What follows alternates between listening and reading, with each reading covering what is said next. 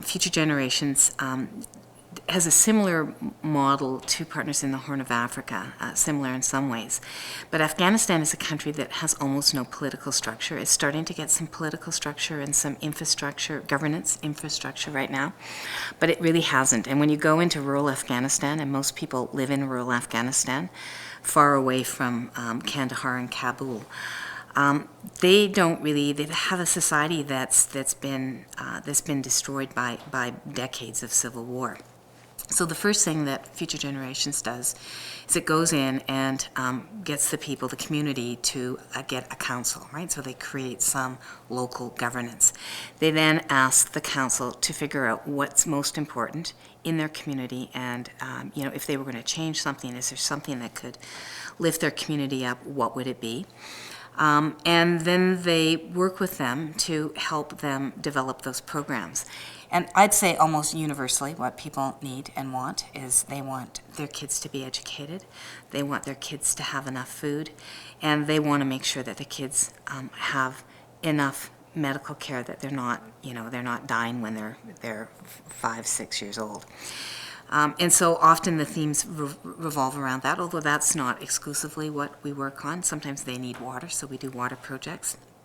But it's the same sort of thing, is that the community needs to do the work, right? They need to be engaged in doing the work, that we can provide some of the money to help with it, and we can provide some of the technology to help, but that they need to be our partners, and they need to do the work themselves at a community level. One of the things that they also do that I think is really creative is that they do an education program where they would say there's not a lot of maternal health care in Afghanistan, and so they will get women from 10 communities together, and they'll bring someone in to help educate them on basic maternal health care. They'll send those 10 women out into their communities to educate 10 more women in each of the communities. And then they will go to 10 more communities around them. And so the investment is relatively minimal when you think about training people to train themselves and to do that kind of education. So they've been pretty successful at implementing programs like that. So what I've done with Future Generations is mostly fundraising here. And our program development is done by Afghanistans in Afghanistan.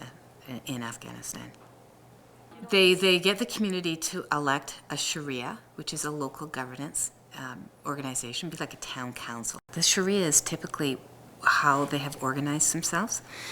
And so they wouldn't be unfamiliar with that concept. They wouldn't be unfamiliar with the concept that if we all work together, we can do better. Again, it's that sense of community. In a war zone, people will often be just looking after their basic needs, and it's me pitted against everybody else. But when you move into a community and you ask them if they are willing to work together to make change in their community, they never say no.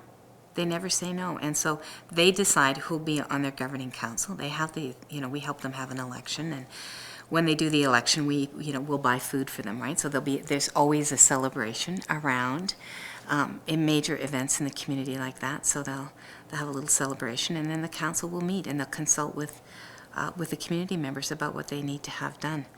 Say they're going to build a school. They'll do many of the same things as they do in Afghanistan. Is that they'll get rocks, or they'll make mud bricks to construct the school with. But the community will do that work themselves.